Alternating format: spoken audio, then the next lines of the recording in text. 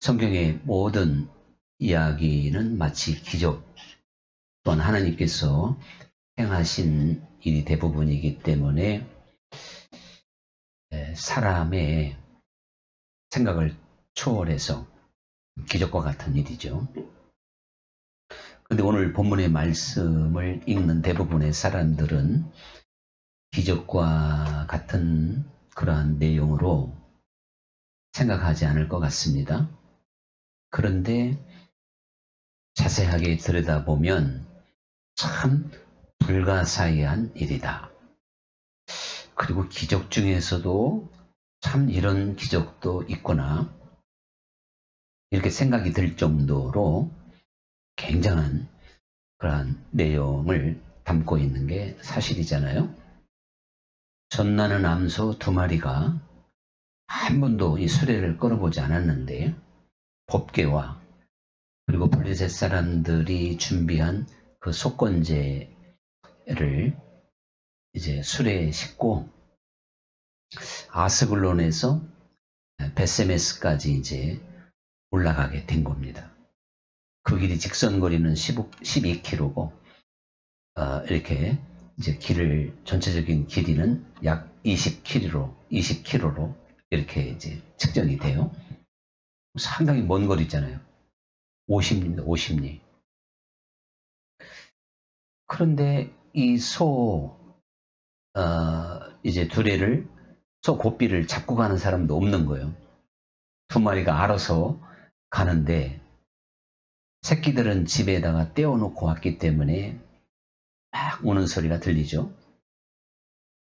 또 젖은 나고 또 마침 밀을 베는 계절이니까 밀 익는 냄새와 좌우에 그저 밀을 뜯어먹을 수 있는 그런 들판길이라 이겁니다.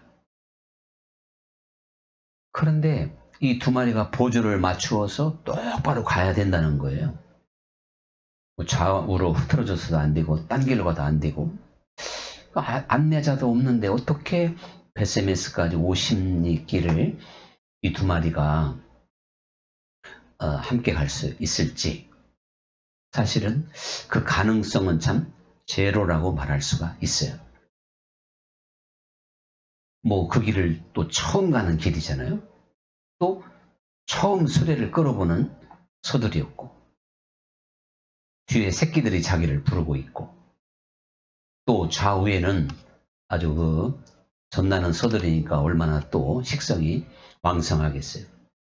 그들을 유혹하는 밀밭이 막 펼쳐져 있고 어느 것 하나 이건 불가능도 이런 불가능이 없지요. 성경에 이 이야기가 이렇게 기록이 되어져 있는 걸 우리가 먼저 생각해 보고자 하는 것은 놀랍게도 이것이 사실은요 바로 신앙의 길이다. 우리 믿는 사람들이 걸어가는 길이 사실은 이렇게 어렵다? 사실 사람의 힘으로는 불가능하잖아요. 그래서 인간의 열심으로도 안 되고 노력으로도 안 되고 힘써도 안 되고 애써도 안 되고 오직 하나님이 주시는 믿음으로만 이 길을 갈 수가 있는 거거든요.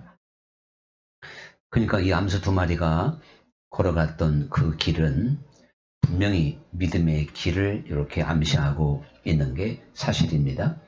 또 우리가 지금 걸어가는 믿음의 길의 내용을 성서적으로 분석을 해보면 틀림없이 이 암소 2마리가 걸어갔던 길이 믿음의 길이구나.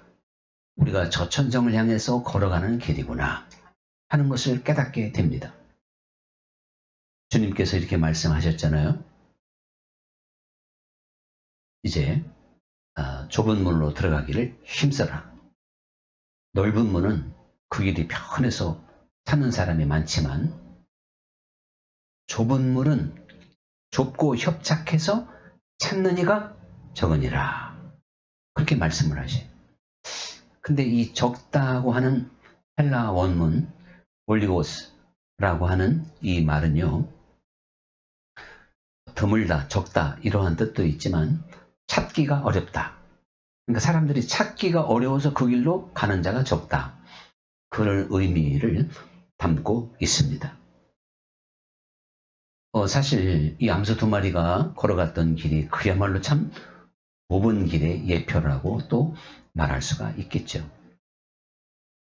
그래서 주님께서 아무든지 이 길을 가려거든, 즉 예수님을 따라오려거든 자기를 부인하고 날마다 자기 십자가를 지지 않는다면 결단코 나를 따라올 수 없다. 이게 지금 SMS로 올라가는 길이 제가 믿음의 길이라고 이렇게 말씀을 드렸듯이, 우리가 이 길을 가기 위해서는 자기를 부인해야 된다. 이게 얼마나 어려워요. 그리고 거기다가 한술 더 떠서 날마다 자기 십자가를 져야 된다. 하루만 잘해서 되는 게 아니고 계속해서 십자가를 지는, 십자가라고 하는 건 참 어렵고 고통스러운 거잖아요. 그걸 피하지 않고 감사함으로 질 수 있는, 이것이 바로 신앙의 길이다. 역시 주님께서 직접 하신 말씀이 됩니다. 자, 이렇게 어떻게 보면 어렵고 힘든 길, 육신으로 보면 그렇죠. 믿음의 눈으로 보면 그렇지 않은데, 그렇기 때문에 마치 양을 예리 가운데 보내는 것과 같다. 참 이 좁은 길에서 이탈되기가 너무나도 쉽기 때문에 우리가 존 버년이 쓴 철로역정을 보면 천성을 향해서 가는 이제 순례자가 말이죠. 여러 가지 시험, 아주 그 순간의 곁길로 빠지잖아요. 때로는 광명한 천사에게 속아서, 또한 잘 알지 못해서 그 좁은 길에서 이탈되기가 아주 십상이었고 자주 이탈이 됩니다. 그래도 하나님의 은혜로 다시 이제 돌아오고, 사실 지금도 신앙생활을 사실은 우리는 그렇게 하고 있는 거죠. 우리를 부르신 주님께서 우리가 종종 좁은 길을 좀 이탈해도 또 우리를 깨우쳐 주시고 회개하게 만드시고 또 우리의 눈을 더 밝게 해주셔서 그 길을 잃지 않도록 언제나 우리를 지금 붙잡아 주고 있는 것인데, 마치 그 마귀는 우는 사자와 같이 삼킬 자를 찾아 두루 헤맨다. 이 사실 이거 얼마나 무시무시한 말씀입니까? 양이 일 가운데 걸어간다는 말이나 우는 사자와 같이 우리를 노리는 마귀가 항상 너희를 엿보고 있다. 너희의 뒤를, 너희의 그 틈을, 너희가 어떠한 기회를 줄 것을 노리고 있다 이거죠. 그러니 참 우리가 걸어가는 이 길이 참 보통 길이 아닙니다. 그러면서 갈라디아서 5장 24절 너무나도 잘 알다시피 그리스도 예수의 사람들은 그 육체와 함께 정과 욕심도 십자가에 못 박았다. 이렇게까지 말씀을 하셨는데, 여러분 사실요, 이 지금 암소 두 마리가 이 아스글론에서 베세메스까지 올라간 그 시간은요, 자기를 부인한 시간이었고요, 갈라디아서에 있는 말씀과 같이 그 육체와 함께 정과 욕심도 못 박은 사건입니다. 그것을 그렇게 비유로 보여줬고 그 내용을 들여다보면 틀림없이 그러한 내용으로 지금 채워져 있단 말이죠. 이제 이 암소 두 마리는 어떠한 새끼의 정을 저버리고, 그리고 어떠한 밀밭의 유혹도 저버리고, 정말 가서 올라가면 또 죽는데, 뭐 죽는 걸 아는지 모르는지 모르겠고 울면서 올라갔다고 하는 건 나름대로 뭔가 의미가 있었던 것 같아요. 그래서 이 암소 두 마리를 통해서 정말 그 육체와 함께 정과 욕심을 십자가에 못 박은 모습을 그대로 드러내고 있다 이거죠. 그런데 우리가 참 이 베세메스로 올라가는 두 마리의 암소의 그 행보를 보면서 성경에 전반적으로 가르쳐주고 있는 믿음의 길, 믿음의 행진, 우리가 걸어가는 행보, 자, 이러한 것들과 전혀 다르지 않고 그것을 그대로 그림자로 보여주고 있구나 하는 것을 분명하게 깨닫게 됩니다.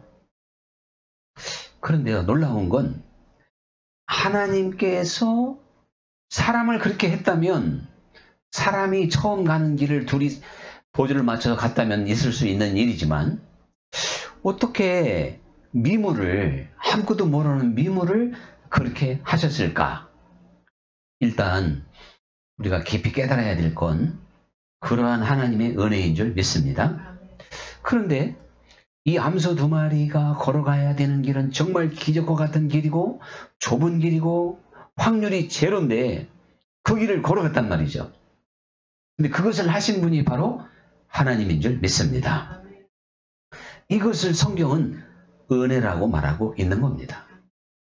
하나님은 그렇게 하실 수가 있어요. 미물이라 할지라도. 자, 그렇다면 여러분, 우리는 우리와 그 암소 2마리와 사람을 비교가 됩니까? 하나님이 그야말로 참 어리석다는 말도 표현하기가 어려워요. 미물은요. 사람에 비하면. 사람에게나 좀 어리석다는 말을 하는 거지. 그러한 미물도 그 길을 걸어갈 수 있도록, 그건 뭐 정말 가능성이 전혀 없는 일을 하나님의 강력한 은혜로 이루셨는데, 우리가 걸어가는 길이 십자가의 길이요, 좁은 길이요, 나를 부인하고 내 육체와 함께 정과 욕심을 못 박는 길이라 할지라도 능히 하나님은 우리를 그렇게 하실 줄로 믿습니다. 그래서 우리들이 참 착각하기 쉬운 게 하나님의 은혜라는 거예요. 은혜. 그래서 은혜는 말 그대로 거저주는 거잖아요. 받을 수 없는 자격, 받을 수 있는 자격이 안 되는데도, 또 일하지 아니하였는데도 품삯을 주는 것, 바울의 표현처럼 그것이 이제 은혜지요. 근데 그렇게만 생각하다 보니까 하나님의 은혜를 우리가 잘못 생각해가지고요, 좁은 길을 걸어가지도 않고 나를 부인하지도 않고 성령의 열매도 모르고 육적인 삶을 입으로만 그냥 주여 해도 은혜로 하나님이 주시는 거니까 지금 이렇게 하나님을 알게 됩니다. 하나님의 은혜의 세계를요.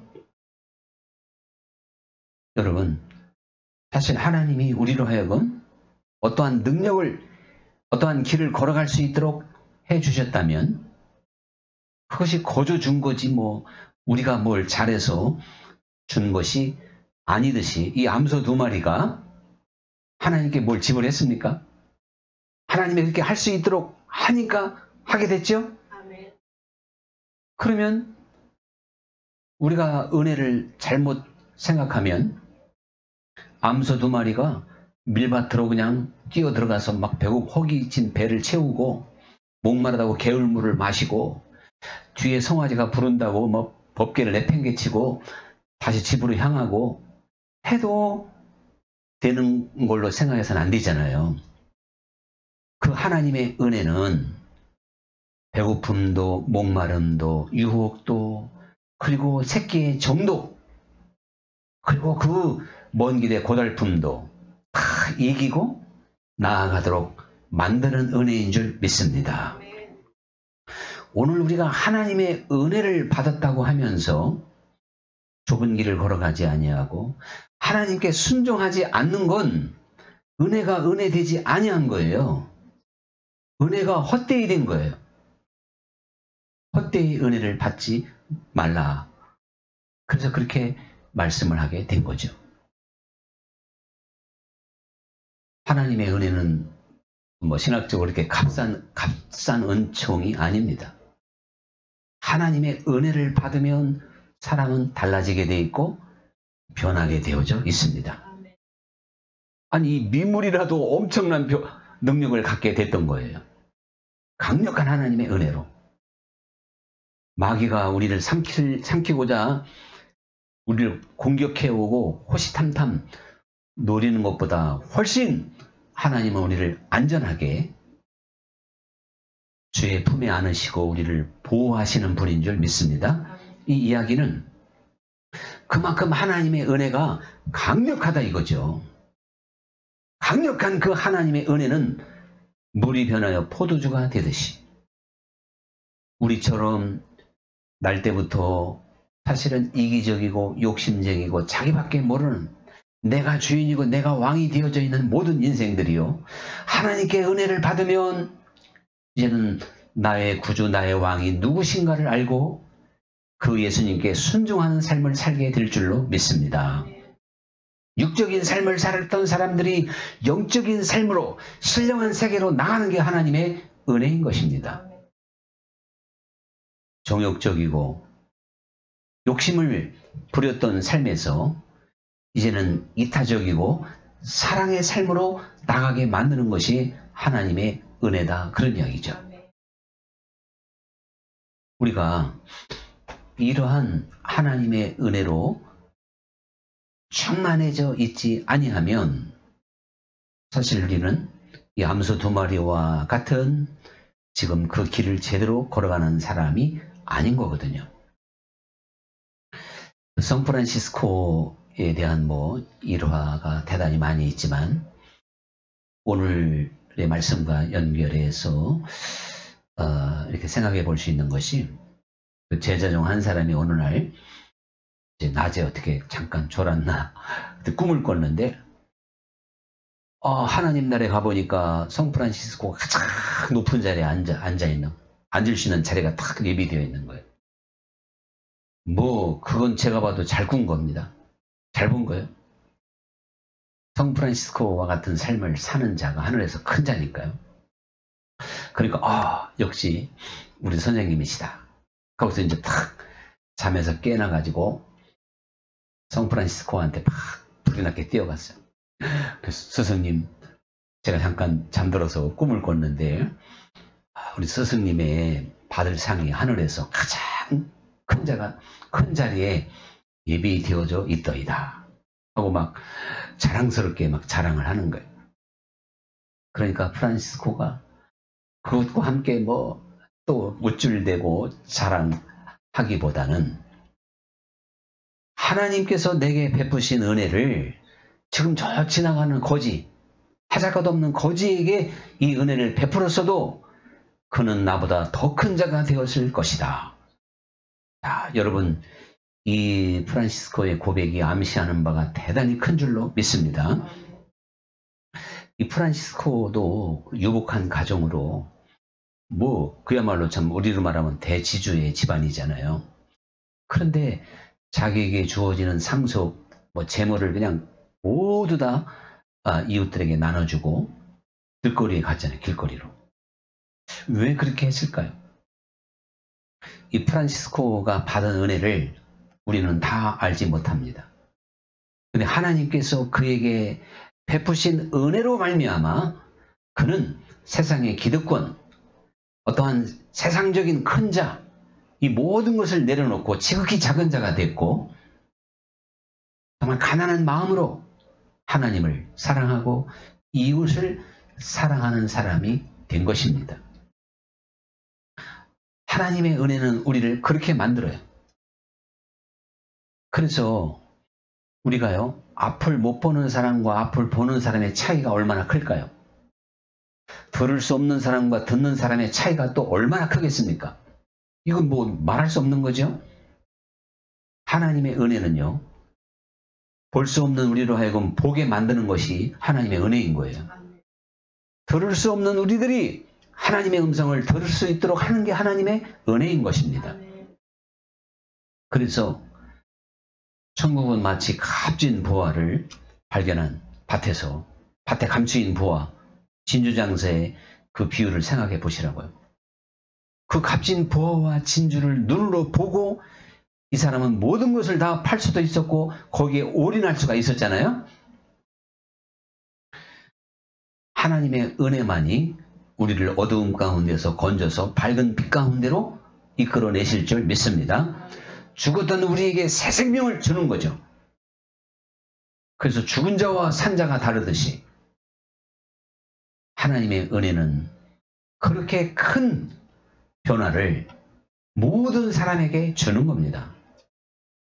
그래서 제가 삭개오를 늘 말씀드리지만 삭개오가 못 봤을 때, 못 들었을 때와 죽은 자가 있을 때와 주님을 통해서 은혜를 받고 그 눈이 보게 되고 듣게 되고 알게 되었을 때, 생명을 가졌을 때 굉장한 차이가 있죠. 사실 예수님께서 말이죠, 부자 청년에게 네가 가진 재물을 다 팔아서 가난한 사람에게 나눠주고 나를 따라와라, 이렇게 말씀하죠. 영생의 길을 모르니까. 그것은 지금 물질의 문제가 아닌 거예요. 사실 우리 모든 사람은 이 부자 청년과 같은 상황에 놓여져 있는 겁니다. 이 부자 청년이요, 예수님을 따라서 제자가 되기 위해서는 자기 그 엄청난 재물을 팔아서 따라야 되는 것은 육신적으로 보면 이거 불가능합니다. 안 되는 거예요. 다 그렇게 해야 된다는 게 아니고, 이거 지금 영적 세계를 보여주고 있는 거예요. 그런데 이 부자 청년이 그렇게 할 수도 있죠. 삭개오가 그렇게 한 거죠. 삭개오뿐만 아니라 뭐 옥합을 깬 마리아, 뭐 예수님의 제자들, 뭐 바울 할 것 없이 주 예수님을 통해서 하늘의 은혜를 받은 사람들은 어떠한 것도 다 할 수가 있는 거예요. 그건 하나의 지금 예에 불과한 것이지. 그런데 이 지금 은혜를 깨닫지 못한 부자 청년 입장에서는 불가능한 겁니다. 그게. 그리고 그러니까 예수님이 마치 약대가 바늘기로 들어가기보다 더 어려운 거예요.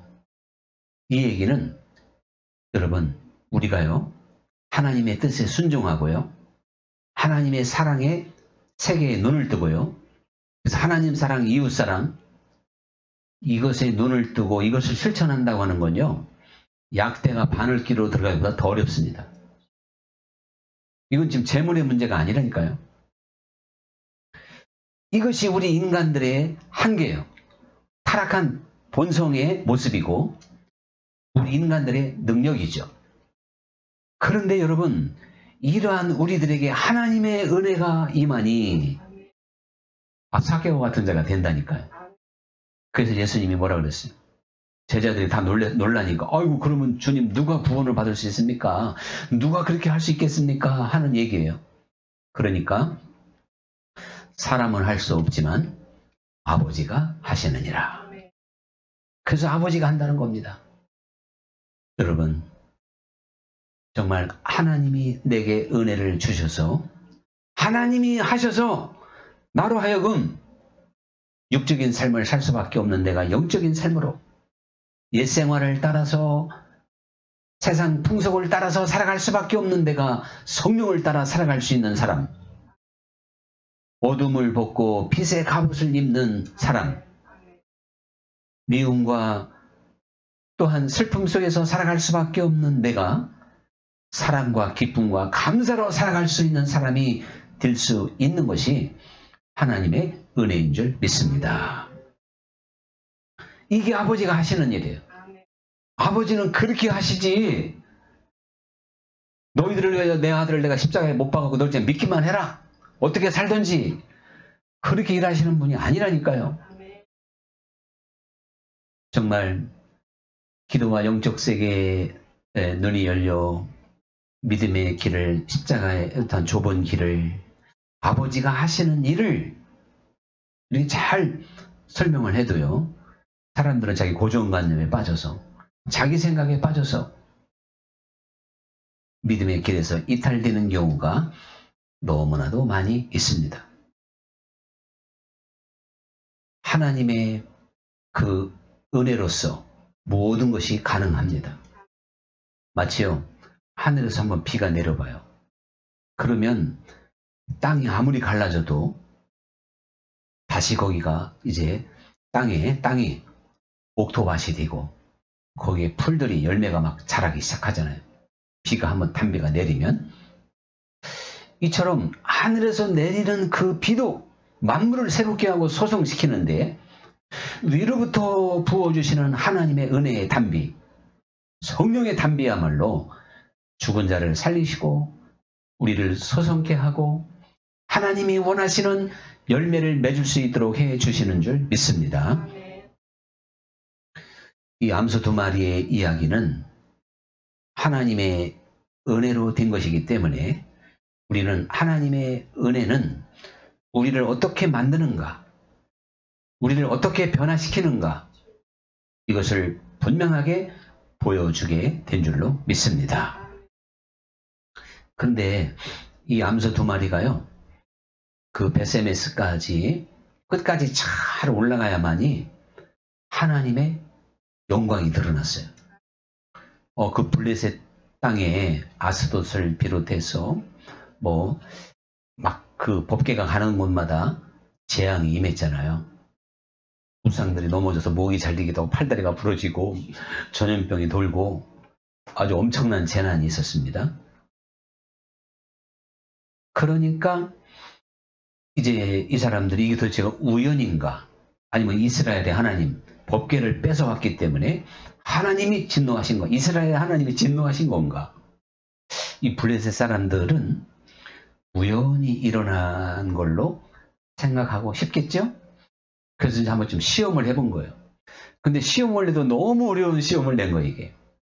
이건 누가 봐도 불가능한 거죠. 그런데도 하나님은 하나님의 영광을 위하여 암소 두 마리를 그렇게 걸어갈 수 있도록 했다니까요. 이 일을 하나님이 하신 줄로 믿습니다. 하나님은 하나님의 영광을 위하여 일하시는 분이세요. 그래서 이사야 말씀도 우리를요, 하나님의 영광을 위하여 창조하셨다, 이렇게 말씀을 하시는데, 예수님께서 아버지요, 할 수 말씀은 이 시간을 구원하소서. 그러나 제가 이때를 위하여 왔사오니 아버지의 이름이 영화롭기를 원하나이다. 그러니까 하늘에서 음성이 들려오며 내가 이미 영광을 받았고 또한 너를 영화롭게 하였느니라. 하나님 또, 그리고서 같은 요한복음에서 이 가룟 유다가요, 예수님을 팔기 위해서 이제 방문을 열고 문 밖으로 나가요. 이제 딱 나가는 순간에 예수님이 뭐라고 말씀하셨냐면, 지금 아버지가 영광을 얻었고 나도 영광을 얻었느니라. 가룟 유다가 결심하고 이제는 파는 시간만 남았을 때 예수님이 영광을 얻었고 하나님의 영광을 얻었다고 주님이 지금 표현하고 있는 겁니다. 예수님께서 하나님의 이름을 영화롭게 하고 영광을 돌리기 위해서 죽음의 잔을 피하지 않은 거예요. 오히려 나는 이때를 위하여 왔나이다 하면서 아버지의 이름이 영화롭게 되기를 원하나이다, 이렇게 말씀을 하셨어요. 우리가 이 세상 한평생 머무는 건 오직 하나님의 영광을 위함인 겁니다. 주님이 아버지의 이름을 영화롭게 하고 아버지의 영광을 위하여 기꺼이 모든 순간에 순종하시고 죽음의 십자가도 피하지 아니하시고 순종하셨던 것처럼 우리의 힘이 우리의 삶이 너무나도 고달프고 어렵고 때로는 비천하게 느껴질 때가 있다 할지라도 우리는 아버지의 이름을 영화롭게 하고자 하는 아버지의 증인된 삶을 살아야 되겠습니다. 이 암소 두 마리가 지금 걸어가는 길이 얼마나 사실은 이게 비극적인 길이냔 말이에요. 자기 생명은 이제 제물로 드려져야 되고 송아지들은 알아서 커야 되고, 이러한 운명에 놓였던 이 암소 두 마리처럼 참 비극적인 길을 걸어갔는데, 그러나 그것은 하나님께 영광을 돌리는 길이잖아요. 하나님은 우리의 어떠한 고달픔 속에 이 암소 두 마리와 강력하게 함께 하신 것처럼 우리로 하여금 믿음의 길을 잘 걷게 하셔서 결국 아버지가 영광 받으시고 하나님 앞에 드려지는 산 제물이 된 것처럼 암소 두 마리가 이를 영원히 받아주시는 아버지인 줄로 믿습니다. 그러므로 그 아버지의 영광, 나는 아버지의 영광을 위하여 오늘도 걸어가고 내일도 걸어가는 존재다. 내게 주어진 모든 십자가를 날마다 그렇게 할 때 달게 지고 가게 될 줄 믿습니다.